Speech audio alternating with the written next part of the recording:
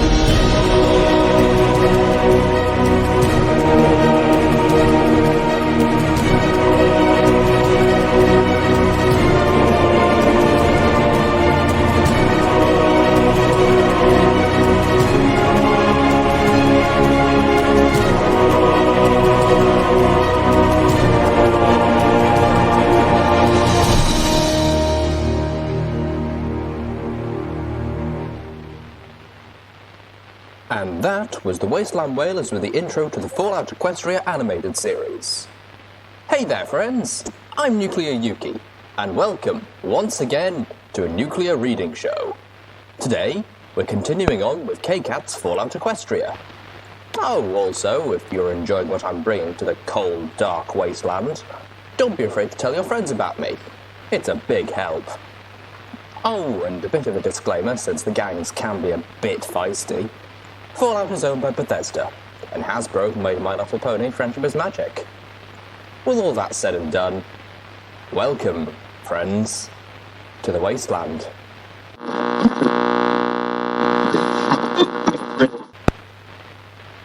Chapter 9. The moral of the story. Clouds.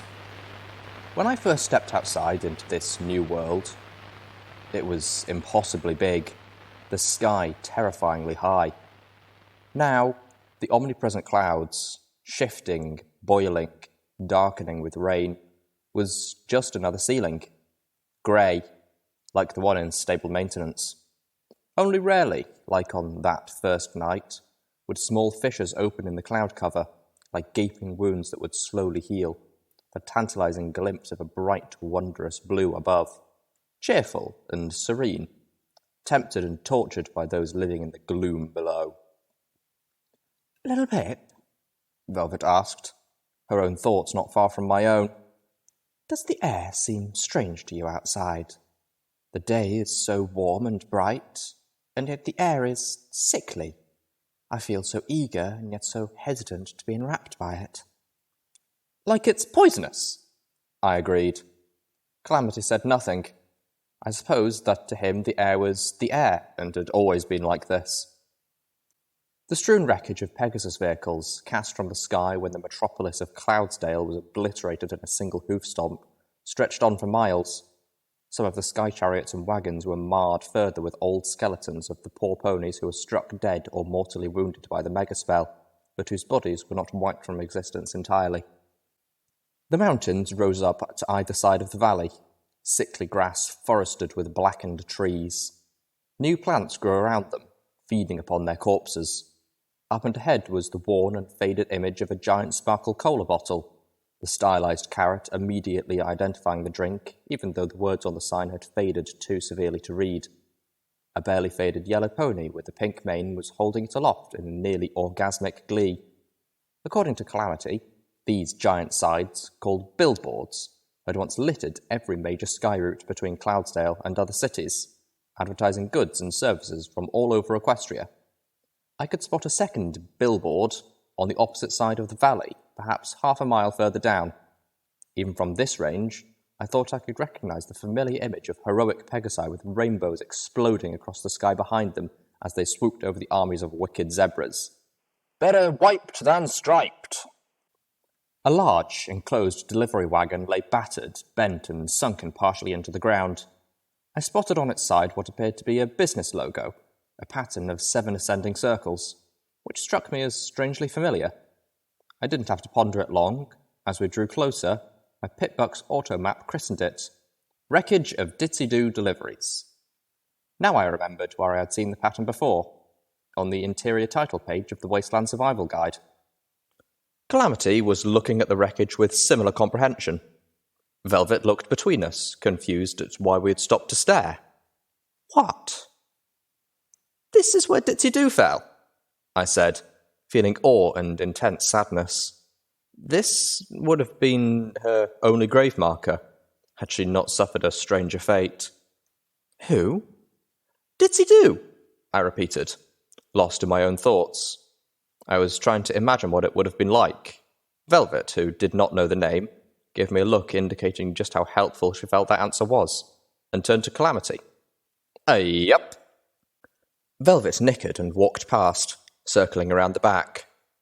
Moments later, I heard her call out, Little Pip, would you please come and look at this? Her voice had a tone of hope. I trotted around to find her, not at all like a little puppy at her owner's call. Boxes and crates littered the ground around the back of the Ditsy-Doo deliveries wagon, and many more were toppled and crushed inside. Some had been torn open. All had been looted for everything of value, except, that was, for a safe and a footlocker in the back. It was the latter which had drawn Velvet's excitement because, while identical in make to every other footlocker I had run across, the markings were very distinct. 3 bands of yellow, the centre one with a pink butterfly emblem. This was not a medical box, but the colours and symbol were clearly those of the Ministry of Peace. Sure, no problem, I announced proudly, floating out my screwdriver and bobby pin as I watched Velvet struggling not to prance in anticipation. Turning away, I started on picking the lock on the safe first. I could hear her stomp her hoof, and I bit my lower lip to stifle a laugh. The safe's lock gave up almost too easily. Considering the level of looting, I was surprised that such a weak lock had been such a long-lived deterrent. Was I the only one outside who had developed this skill? I opened the safe. One item inside immediately captured my attention. The entire interior of the safe was filled with a rosy glow emanating from a bottle of luminescent purplish-red liquid. Sparkle Cola, rad, with an invigorating touch of radiation and a blast of radish flavouring. It's like a buck to the face, but with radishes. The Sparkle Cola Rad floated out of the safe behind me, enveloped in a magical glow by Velvet's horn. Raising the bottle to eye level, she winced at it with a disparaging gaze. That's insane. How could any pony be as stupid as to think consuming radiation is healthy? My own levitation abilities had been so overstrained that it actually took effort to snatch the bottle back, but I proudly kept myself from panting. Velvet Remedy stared in something approaching horror as she saw me slip the bottle into one of my saddlebags. You're not actually intending on drinking that, are you? I shrugged. It did sound like it might be tasty, and, according to my Pip-Buck, the radiation still present was minor enough to be washed away with the Radaway potion later. I turned to the footlocker, prompting Velvet to forget, or at least ignore, the beverage in my saddlebags. The lock was not easy. It selfishly refused to give up its secrets. After the 3rd try, I began to wonder that this one was beyond me, and I desperately didn't want Velvet Remedy to see me fail. I had one other option, but I didn't want her to see that either. This is a tough one.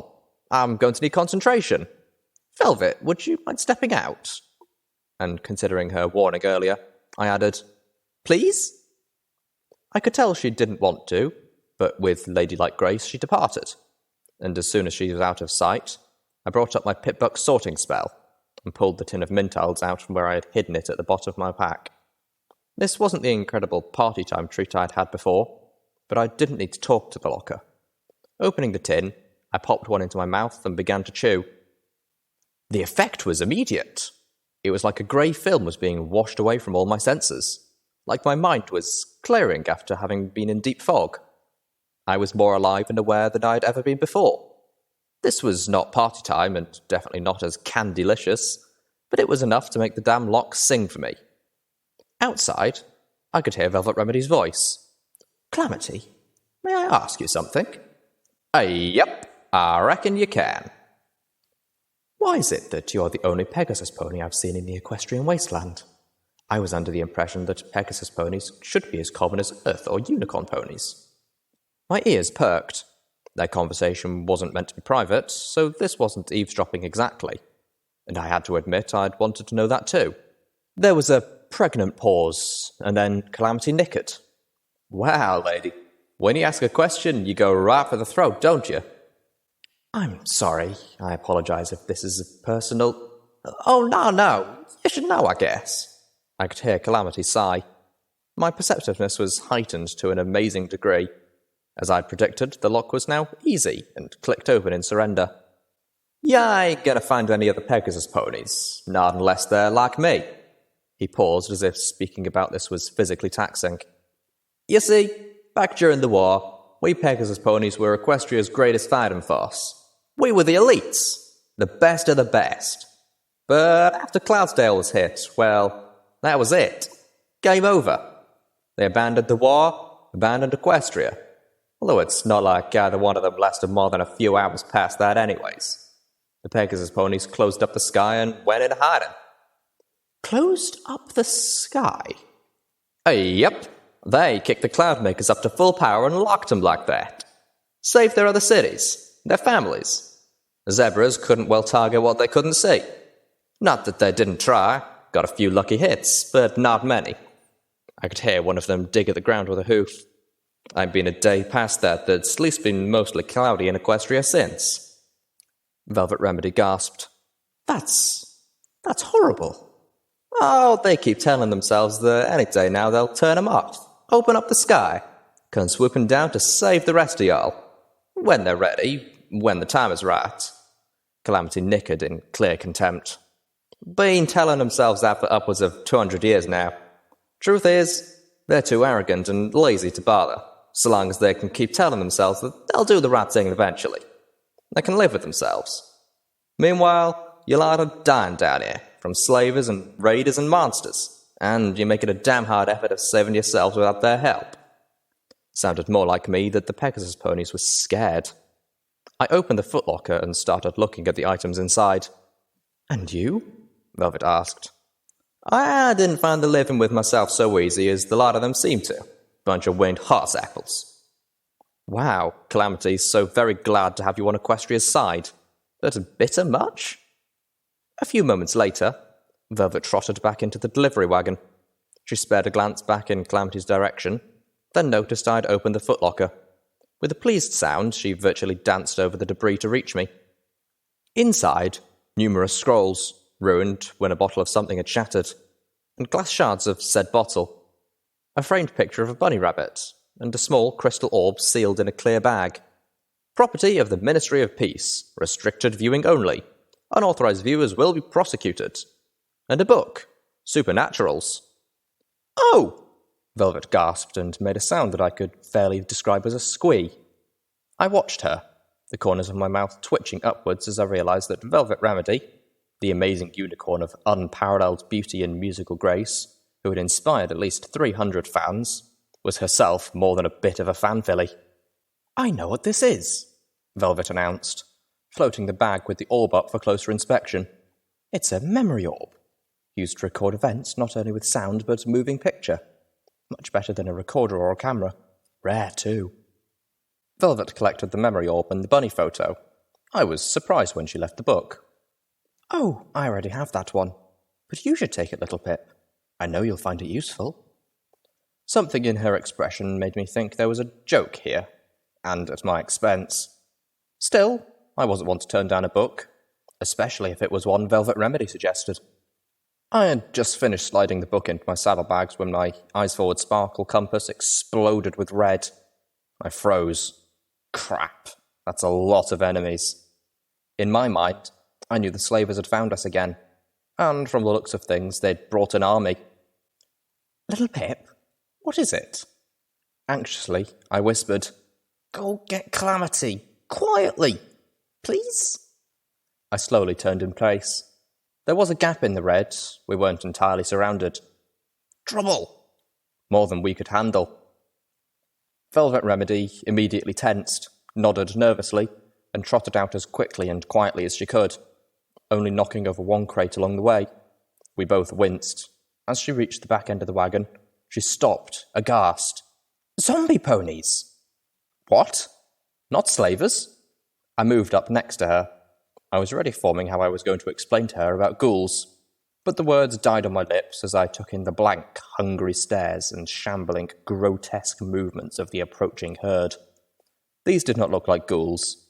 These looked like zombie ponies. I remembered the warning.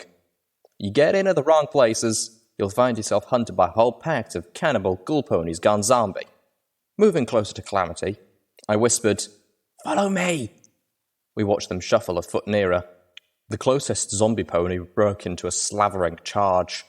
Run! We ran. Ran like we were being chased by a mindless horde of monsters intent on eating us alive. Because we were. The zombie ponies exploded into action, joining the hunt. Our flesh, the prize they were after. Many launched into the air and flew towards us. I tried to telekinetically grab a downed sky chariot as we raced past, but the glow around my horn sparked and died. I had no telekinetic tricks to save us. Velvet Remedy shrieked as a zombie pony dove from the sky. She ducked, the creature overshooting her and crashing into a tree. I leapt over the body and kept going, my side beginning to hurt. That hurt swiftly grew into burning coals that buried in my side, bringing tears to my eyes and threatening to sap my strength. 2 more zombie ponies dove towards us. Calamity, wide-eyed in fear, suddenly scowled and spat out. Screw this! He skidded to a halt, rearing round and opened fire. The shot ripped the featherless wing off one of the ponies, causing it to lurch into the other. The 2 tumbled out of the sky in a spin, splashing gorily into the half-buried metal skeleton of a larger wagon designed to carry smaller wagons. Ahead, the rusted hulk of a long passenger chariot rose out of the ground like a barricade. Launching himself into the air, Calamity yelled us to go around it and keep running. Don't slow down! Not for an instant! He cried out as he dodged another flying zombie pony, kicking his saddle to reload. Velvet was pulling well ahead of me, my shorter legs and my burning side threatening to spell out a most horrific death for me. Velvet tore around the side of the passenger wagon and disappeared behind it. I could hear the herd right at my tail, hooves thundering over the ground in a hungry stampede, foul breath hitting my mane. I couldn't make the turn. They'd be on me if I tried. Hoping that my small size would come to my aid for once, I instead leapt for one of the shattered, gaping windows. My body, saddlebags and all, sailed cleanly through the opening. I hit one of the benches inside and jumped for the opposite window without breaking speed. Jagged shards of glass cut at my neck and legs, slashing against my armour before snapping away as my saddlebags hit them. I was out again, and almost clear. When the strap of my sniper rifle caught on a piece of jagged metal, I was jerked to a halt, swinging back into the wagon's side with a jarring thud. I was caught! I tried to pull away, but my hooves barely brushed the ground. I could hear the hoofbeats of the multitude of zombie ponies as they reached the long body of the wagon, the herd splitting to go around either side. I twisted about, trying to bite the straps loose before they were on top of me. Somewhere above, I heard Calamity taking shots. I heard the metal of the wagon dent and puncture, his hits for once not striking the enemy. Panic flared through me. If the zombie ponies didn't get me, one of Calamity's wild shots might. Terribly, I realised how preferable a fate that would be, and I prayed the Celestia would grant him the wisdom and mercy to actually shoot me if they started eating me.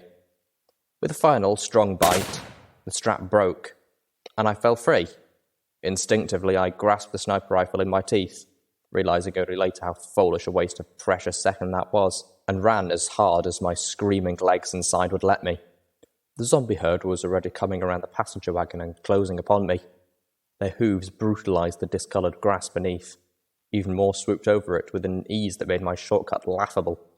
My clear mind and heightened perceptions had become a horror. I could feel the ground tremble beneath me. I could calculate how swiftly they would be gnawing on my hide. I could make out a strange, faint pop, even through the rumble of the herd. I could feel myself lifted in the air as the wreckage of the passenger wagon was consumed in a flare of unleashed wild magic. I could see the pulsing cascade of colours cast strange shadows as swirling magical energies erupted through the air. I could smell the fetid corpse stench of the zombie ponies as they were blown apart, even as their body parts caught fire. I hit the ground, still running, the valley lurching about as I fought to keep from tumbling. Bits of zombie ponies splattered down around me like rain. Ahead of me, Velvet Remedy had stopped and was just staring, eyes fixed on a scene behind me that I preferred not to imagine. Most of the herd was killed in the blast, and many who were not had scattered, but not for long. Calamity swooped over me, crying out for a panting Velvet to turn back and around and keep running. A cluster of odd sky vehicles, painted in mottled light blue and grey with tiny splashes of white, formed the only possibly defensible position. Beyond that, the valley spread out into rolling, rocky hills that offered no cover at all. We reached it as more zombie ponies overflew us, landing just yards away. Velvet Remedy lowered her horn, charging at them and skewered one messily, unable to hold back an "Ew!" that I empathised with completely. I tried to grasp little Macintosh telekinetically, but my magic just couldn't. Desperately, I looked around for something I could grasp in my mouth. A piece of sufficiently spear-like debris would do. What I found was infinitely better. At least I thought so. As Calamity shot the zombie pony moving towards me, I scrambled over to where the cargo of one of the vehicles had spilled. I had seen, in small and cruel glimpses, the beautiful light blue sky above the clouds. My mental clear mind quickly realised that the paint on these strange sky chariots would have been used as camouflage. A Pegasus military convoy. And praise Celestia, one of the things they'd been transporting was turrets. I was trained to reprogram the spell matrix of a pitbuck. Tweaking a turret to run off my pitbuck's definitions of friend and foe was comparatively easy, especially right now. Little Pip? You sure you know what you're doing? Calamity asked, sparing me a glance as he landed between me and more zombie ponies, firing again. I was all grins. You betcha! Celestia, watch you, keep you safe as you travel down the da-da-da. May Luna be there, keep you strong, and your courage you will never lose. Remain honest, remain loyal, honest, and brave. Forget not the ones that you save, and do no wrong. Velvet Remedy's tune wove between humming and lyrics, the latter in a state of constant flux. For me, watching my idol actually crafting a song was amazing. Calamity didn't complain.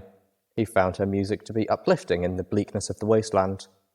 Through his occasional eye-rolling, suggested he wished he would stick with one set of lyrics rather than seeking perfection. It had been several hours since the zombies and the valley was safely behind us. A darker grey began to seep into the sky again. Not a storm, Calamity said with some encouragement, just the approach of nightfall. If I ever mate the Pegasus ponies, I thought, I'd have to thank them for making the equestrian wasteland so depressing. Somehow, it was worse than the drab monotony of Stable 2, because I never believed the stable could be better, although that could have been the post-mental depression talking. Oh my! Lovett gasped as we crested a rolling hill and saw it. An absolutely gigantic billboard, far taller than any of the buildings I'd seen, loomed just beyond the next hill.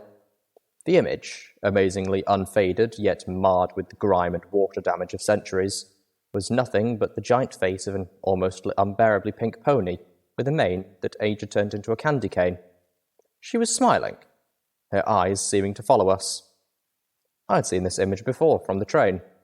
Even now, recognisable in this light and at this distance as a billboard, it, merciful Celestia, still gave me a nervous chill. I stared as I walked closer, trying to imagine it before so many decades had taken their toll. It had been repeatedly peppered by wind-blown dust and ash, streaked by rivulets of rain, back when its placement could have been clearly playful, set behind the rise of a hill so it looked like the pony was playing peekaboo with the whole damn countryside, back when it wasn't so Luna damn fucking creepy. I tried to shake off the feeling with a shudder, turning away from the massive billboard and find myself staring at a sneaky sprite bot. Hello, little Pip. I would have been in the next country if Calamity didn't bite my fleeing tail. He held me while I ran in place until the panic left me. By that time, Watcher had wisely floated out of Hoof's reach. You are so lucky I can't telekinetically hurl rocks at you right now. Velvet Remedy looked like she'd help me. Calamity was glaring distrustfully at the Skybolt, wings out, legs spread in a defensive stance. Lil Pip? All I wanted to know at the moment was, Watcher, are they safe? The Skybolt bobbed. Yes, wagons are on their way. Although Ditsy-Doo might now be under the impression that you can hack Skybots and send messages through them. Sorry about that. Lil Pip? Calamity would be growling if he could. I don't trust that thing. So, Watcher had found a way to relay the message without alerting the ponyfolk of New Appaloosa to what Watcher was able to do. At Calamity's words, I realised I really didn't trust Watcher either, and now that I knew the ponies we'd fought and nearly died to rescue were safe, or soon would be, quite a few more questions tumbled into my mind. First and foremost being, you sent me into that raider pit knowing full well what and who I would find in there, didn't you? Calamity broke off, staring at the strangely behaving bot, looking at me. I'd never told him why I'd gone into the Ponyville library. They needed help. You could have told me the truth, I scowled. Hey, I didn't exactly know you now, did I? You seemed like a good pony who would do the right thing once you saw it for yourself, but... Now I felt like growling. You lied to me! No!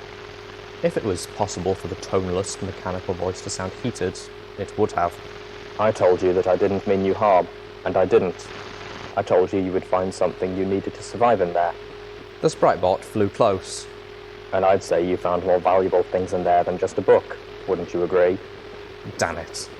Watcher was right. I'd found Ditsy-Doo. It was an acquaintance I valued far more than the guide she wrote, which I held in fairly high regard. Spinning a mental web, I could make an argument that my friendship with Calamity arose from what happened there. Possibly, although less firmly, I could say my relationship with the New Appaloosans, and thus my ability to save many more ponies, including Velvet Remedy, to certain definitions of saving, stemmed from what Watcher pulled. I still wanted to stuff a hoof through the damn bot's front plate, but I knew it wouldn't do any good. The Skybolt wasn't Watcher. Velvet Remedy spoke up. Little Pip, what's going on here? I told them everything. Whoops, almost out of time. Watcher warned as I finished up my tale. Watcher only rarely commenting. Calamity was still giving the floating bot nasty looks. I organised the questions in my head, prioritising. Watcher, you seem to know a lot about things. Well, yeah? What were the ministries? I'd seen enough references to ministries scattered in the artefacts of the past, that I suspected such information would be helpful for context. I didn't realise that I'd just asked what was arguably the most important question of my life. It was, at least, Celestia tier.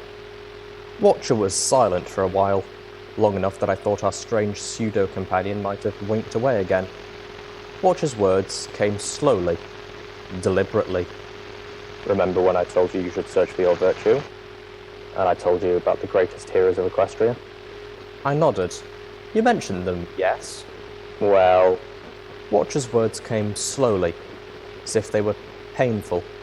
The massacre at Littlehorn broke Princess Celestia's heart. After that, nearly midway through the war, Princess Celestia decided she wasn't the right pony to lead Equestria anymore.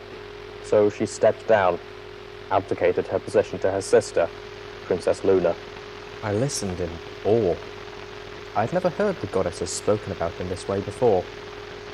The war had been devastating, both abroad and at home. Equestria was in severe distress, suffering from troubles within as well from the enemy armies. You can't imagine what it was like back then.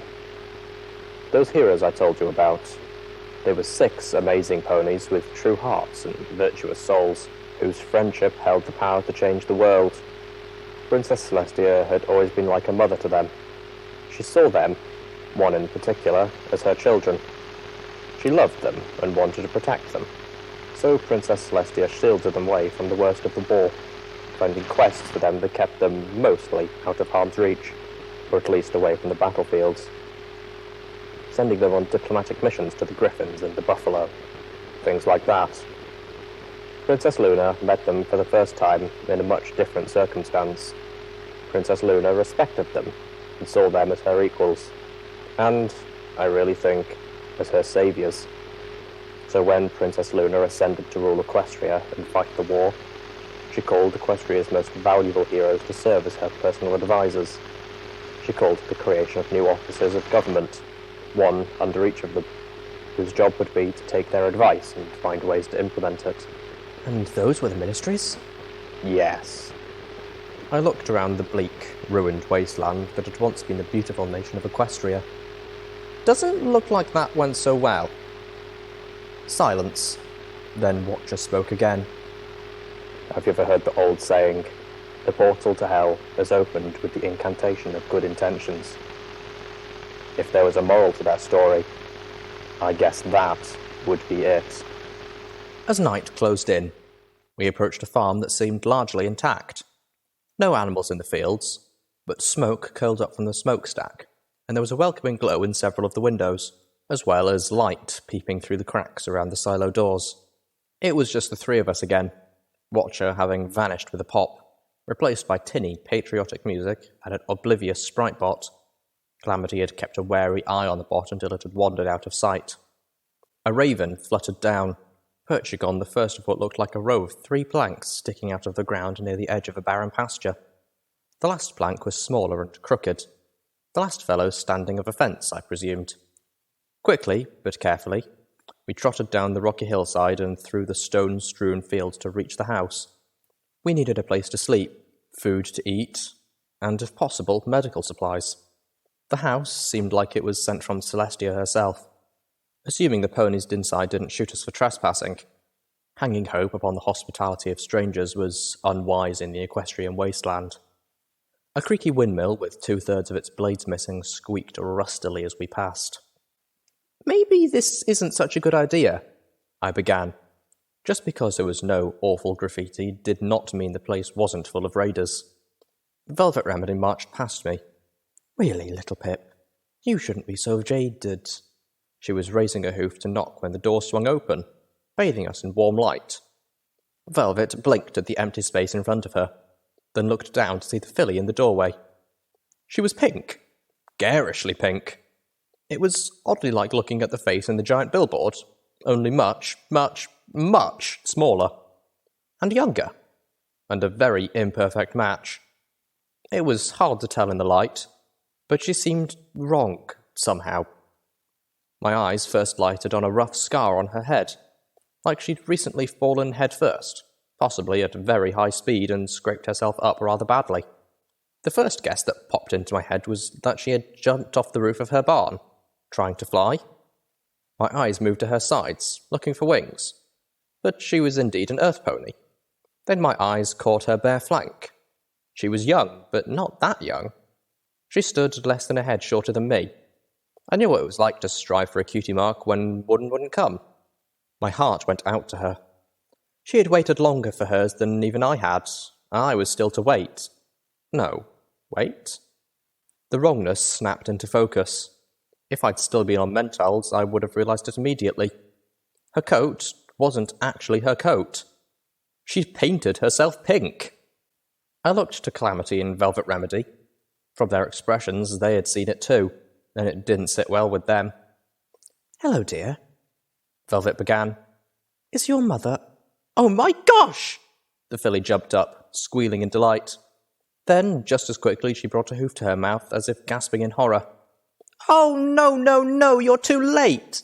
I waited for you all day, but now we're closed!" Tears welled up in her wide eyes.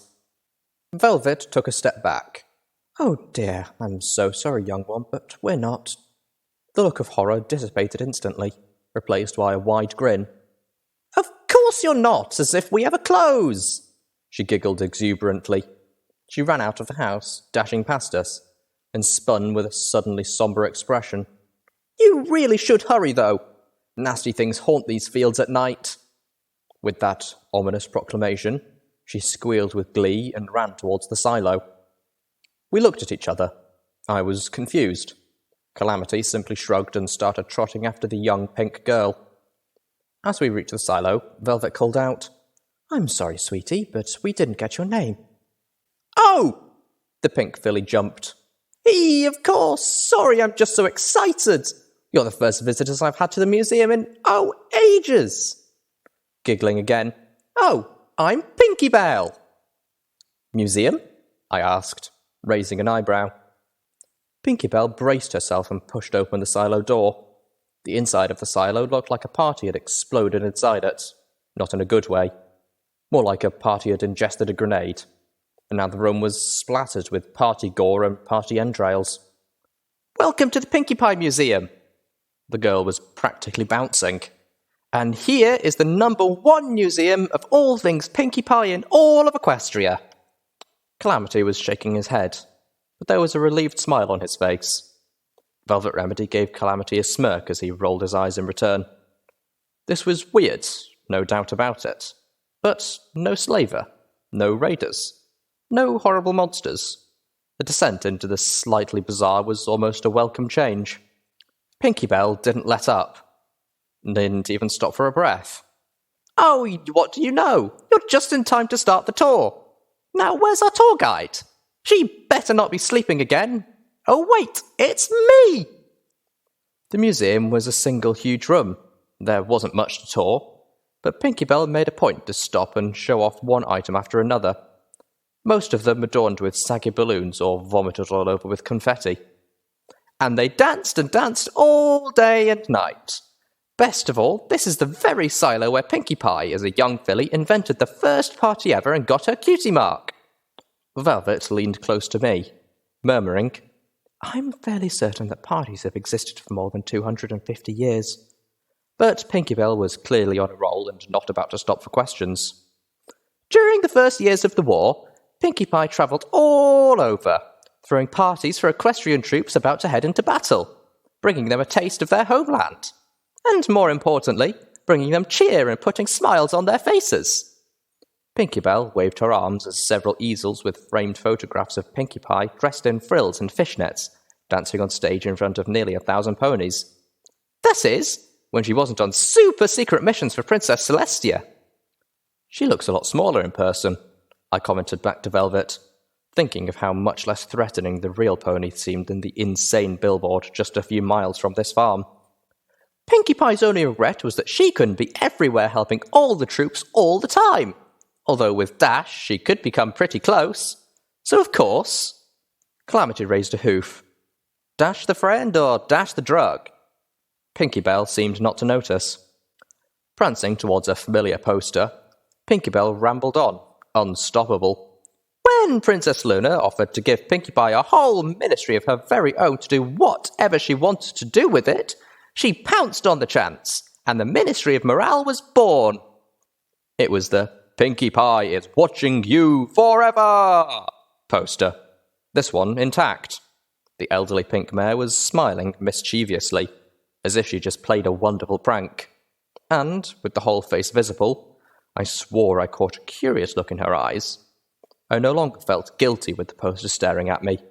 Now I just felt uncomfortably exposed. A practiced twirl took Pinkie Bell to a table covered in a chemistry set and several samples. Pinkie Pie was always great at cooking things, and when Princess Luna, boo, declared that the drugs that were flooding from Equestria from Zebralands were harmful to the people, Pinkie Pie decided to prove that they could be a fun addition to any party. Working day and night, Pinkie Pie concocted a mixture of Mintals and some of her favourite things, creating dun-dun-dun, party time Mintals. Pinkie Bell lifted up a tin, showing them off. I wanted that tin. Pinkie Bell set it next to the chemistry set and continued on. I lost track of her monologue because my mind insisted that I needed to be absolutely sure I remembered where that tin was. By the time the Ministry of Morale had transformed Pinkie Pie into an iconic figure who transcended the boundaries of one pony to become a mystical figure that easily stood alongside Princess Celestia and Princess Luna themselves. Okay, that was just wrong. Little Cotton Fillies knew that Pinkie Pie was always watching them. She saw everything they ever did, And if they were good little cultural fillies, who were nice and friendly, who did their chores and smiled and laughed and never spread seditious lies, then, on their birthdays, Pinkie would bring them a wonderful party. Pinkie Bell waved a hoof in warning. But if they were bad little colts and fillies, Pinkie Pie would bring them a rock. What the? I looked to Velvet Remedy in disbelief. Meanwhile, Pinkie Bell had stopped. Her eyes went wide, and then she sucked in a huge breath and waited. 1 second. 2. 3. 4. Finally, Pinkie Bell let out a breath with a disappointed sigh. I'm sorry, I thought I felt an impromptu musical number coming on. Velvet Remedy studiously looked elsewhere. Anyway, what was I saying? Oh yeah, how Pinkie Pie brings parties. Velvet turned back to the little filly, a little startled. Brings? Dear, you know that Pinkie Pie is dead, don't you? Pinkie Bell didn't miss a beat. Oh, she's physically dead, but her spirit lives on inside all of us. I watched Velvet Remedy's eyebrows rise, and then she snickered, seeming to accept that on a level I just couldn't. While I face-huffed, Velvet leaned close to Calamity and whispered, I think Pinkie Pie's spirit has a stalker. I managed to miss most of the rest of the tour because I was trying to come up with a way to talk Pinkie Bell into parting with what was probably a prized part of her collection. But I was snapped back when Pinkie Bell announced that she had something to ask of us. A proposal. It turns out I have the only copy of the recipe for Party Time Mintals. Okay, I knew that wasn't true. Calamity's friend also had it, but this might be the fastest, easiest way to get it for myself. And why stress over asking for a single tin when I could get the damned recipe?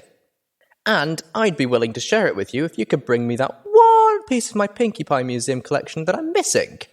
A limited edition Pinkie Pie magical statuette. Bring it here, and I'll throw the party to end all parties. I shouldn't have made fun, Velvet Remedy was saying as she trotted nervously about the cramped upstairs bedroom that Pinkie Bell had absolutely insisted we stay in for the night.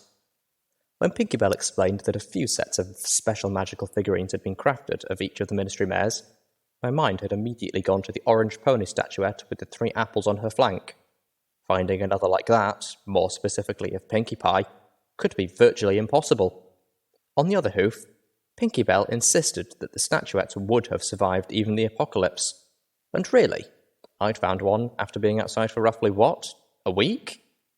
Calamity sat on the bed, one ear to the wall as he watched Velvet fret. That poor filly.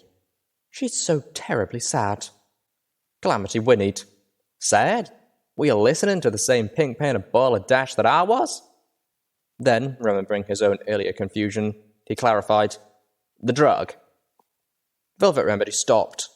Oh, yes, and that poor girl is not happy. Not at all. She hung her head. She's full of pain. Something horrible must have happened to her. Looking at Velvet Remedy, I was once more struck by the scarlet and gold stripes in her silvery white mane. Again, finding them oddly reminiscent of the Ministry of Peace's pink and yellow. Though only then was I thinking of it as coincidence or destiny. Now, I wondered if it wasn't more like Pinkie Bell's painted-on pink coat. Velvet caught my stare, and seemed to fathom what I was thinking eerily quickly. It's not the same, she insisted quietly. Calamity was paying more attention to the wall. Abruptly, he jumped to his hooves. She's gone, and if you don't want something horrible to happen to us, I suggest we be leaving too. He moved to the door and pushed on the handle. It didn't budge. It was locked. Maybe she's just trying to keep us safe from the nasty things that haunt the fields at night, I offered, not really believing it. Velvet Remedy had pushed past me to try the door herself. Now she whinnied. It doesn't matter. We're leaving. I will not be locked in a cage. Calamity had moved to the window and was looking down upon the farm below. I reared up, putting my hooves on the ledge, and peered out through the glass. For a moment, I saw nothing, just the night.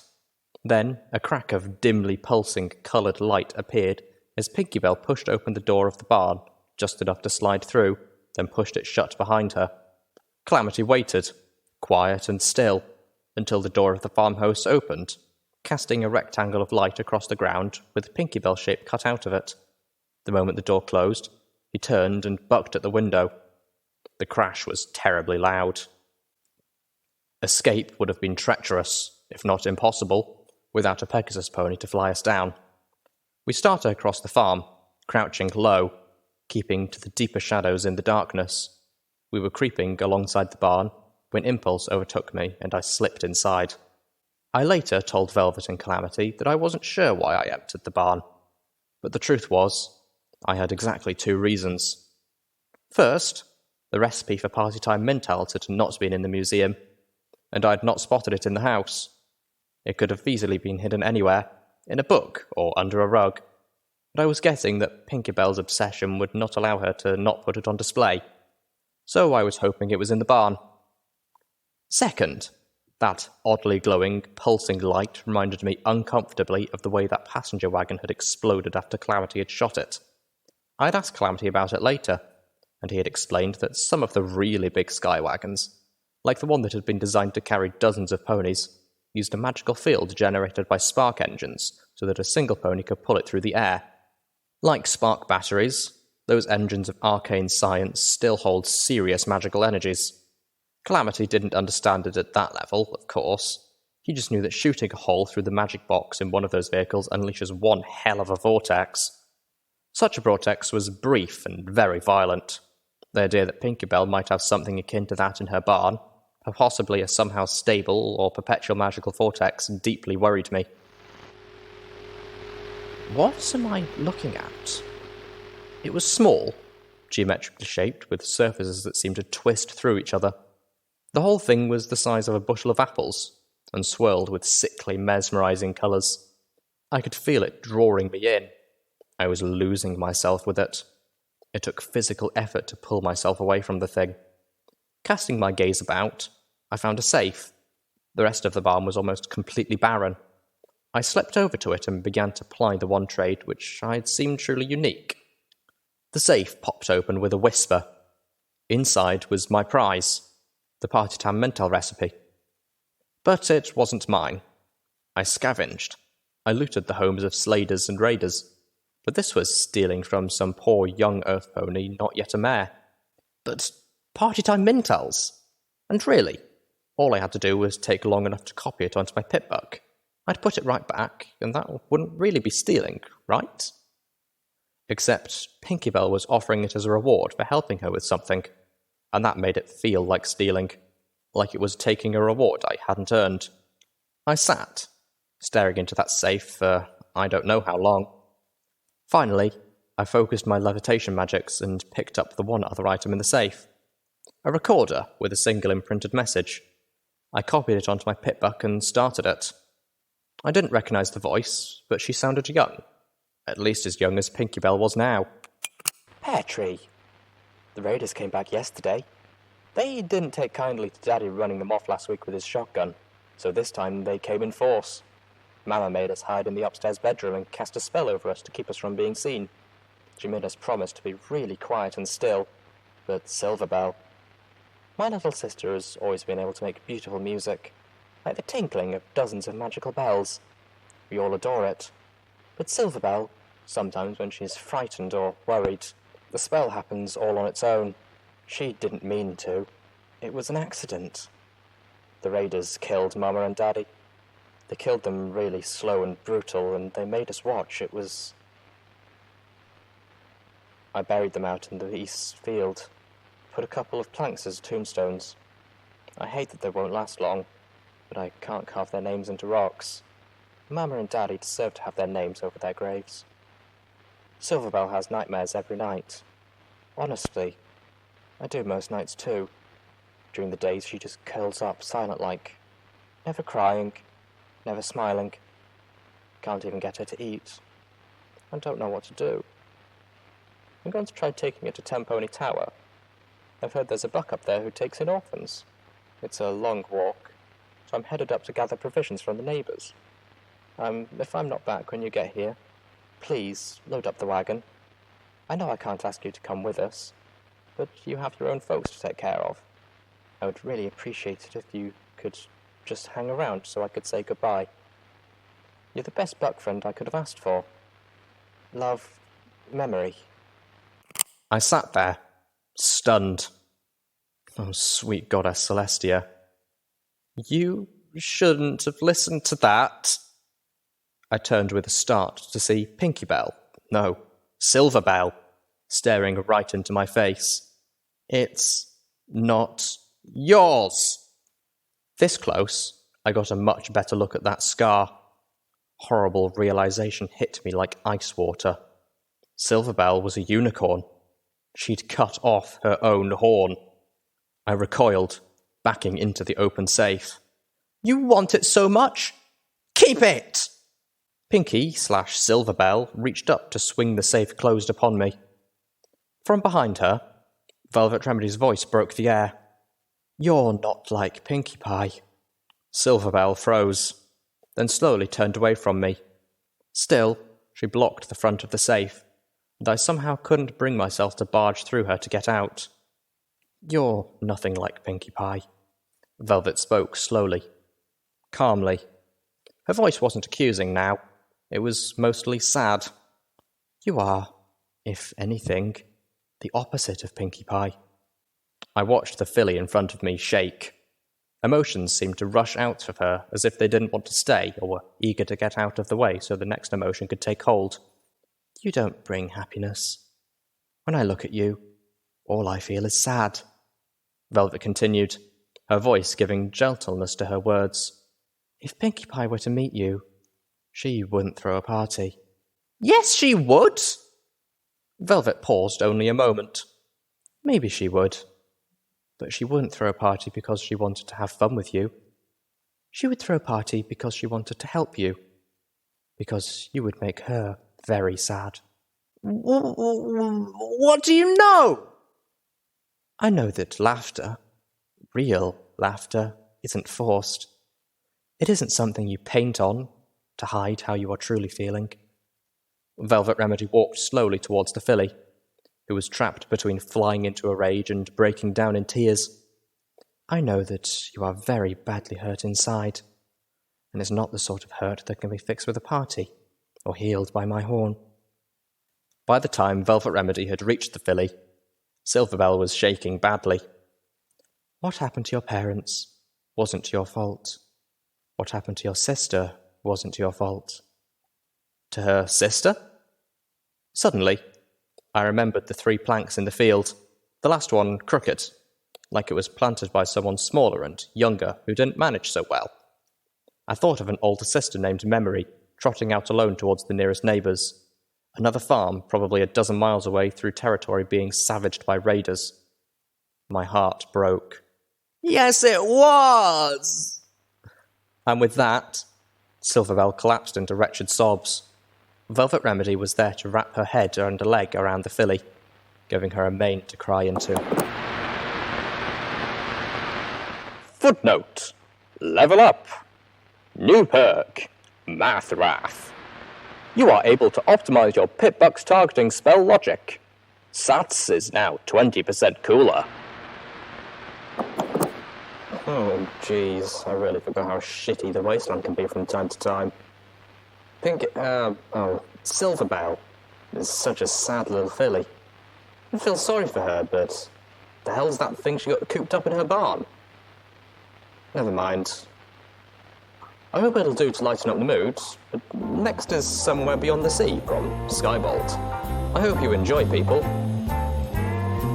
Somewhere beyond the sea, somewhere waiting for me. I see them waiting on blackened shores and watch all the ships that go flying. Somewhere